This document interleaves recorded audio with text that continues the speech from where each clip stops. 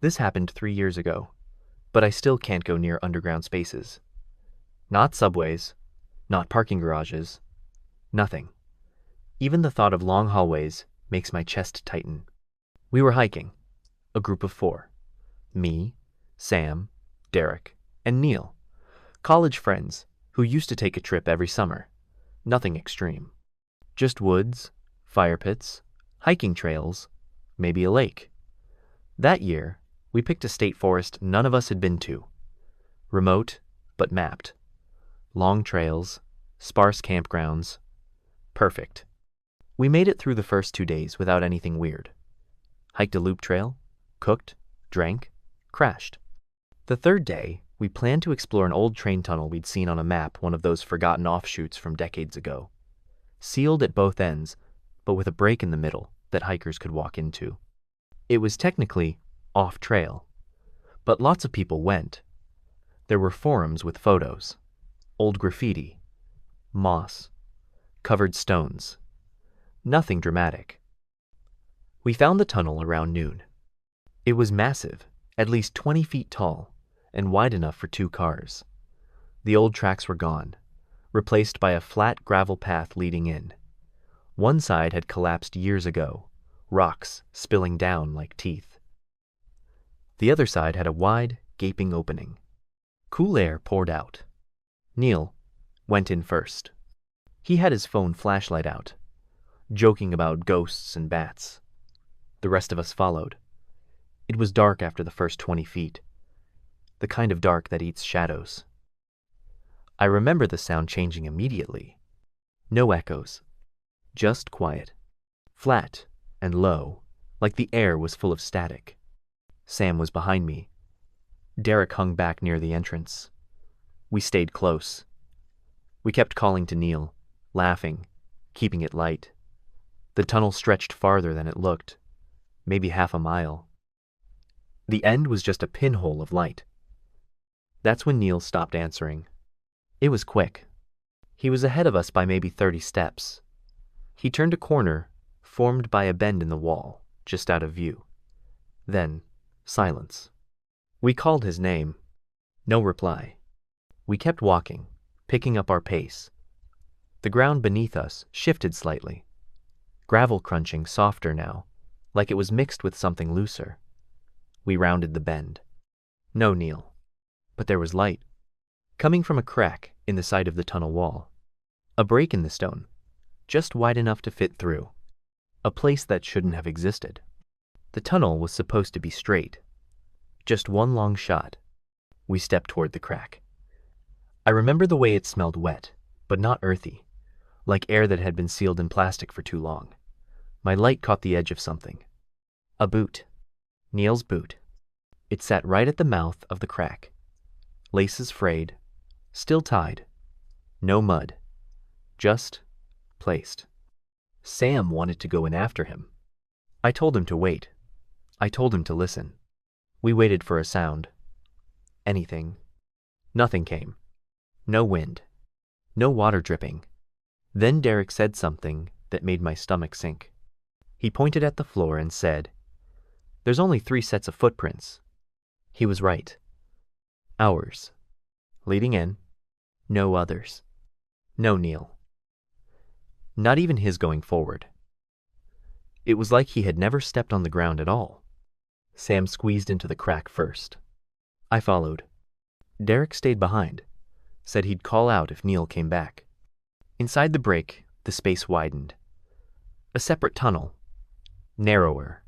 Low ceiling. The walls were smooth, wet, darker than stone. The light from our phones barely cut through.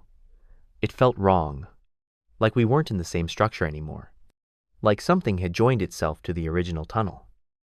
The floor was different too. Soft, sponge-like. I took one step and felt it sink an inch.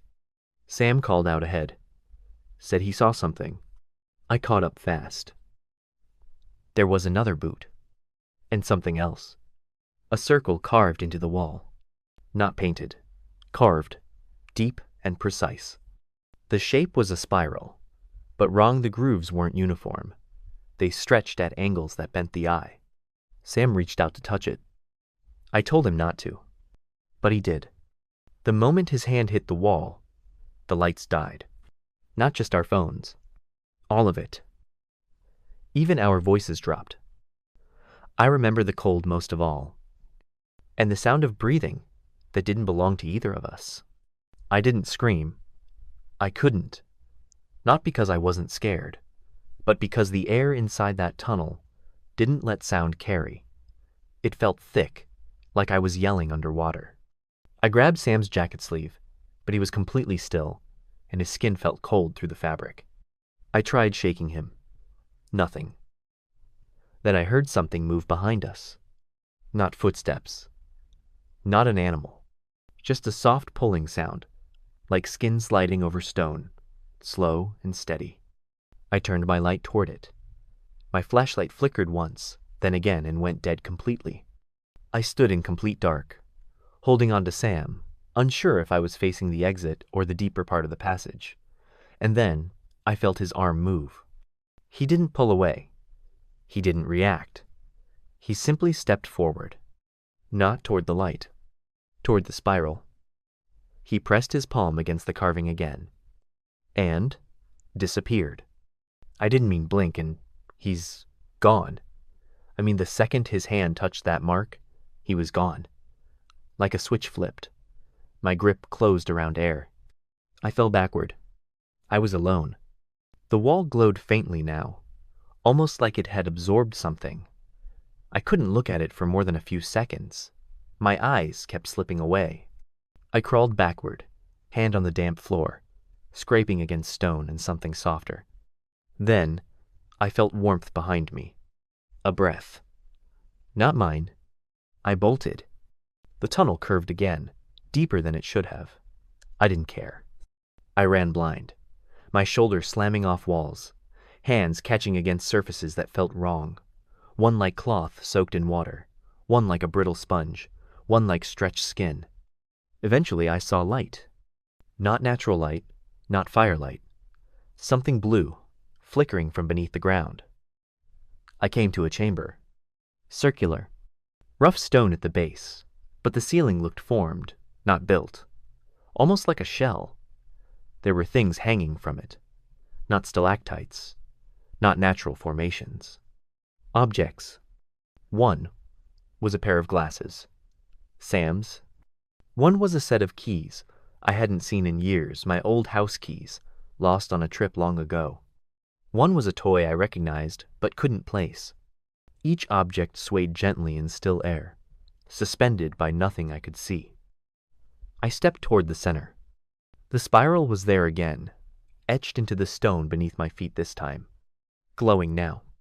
And in the center was a hole. Not deep, but not dark.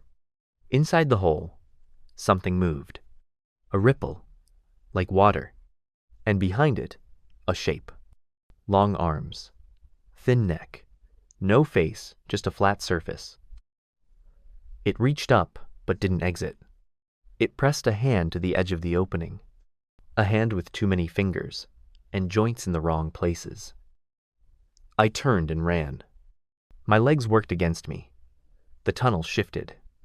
The walls pulsed. Each step forward felt slower than the last. The light faded. I tripped, fell hard. But I saw daylight again. A crack. The original break in the wall. I pulled myself through, scraping my arms, tearing my pack, and tumbled into the main tunnel. The air changed instantly. I could hear again. I could breathe.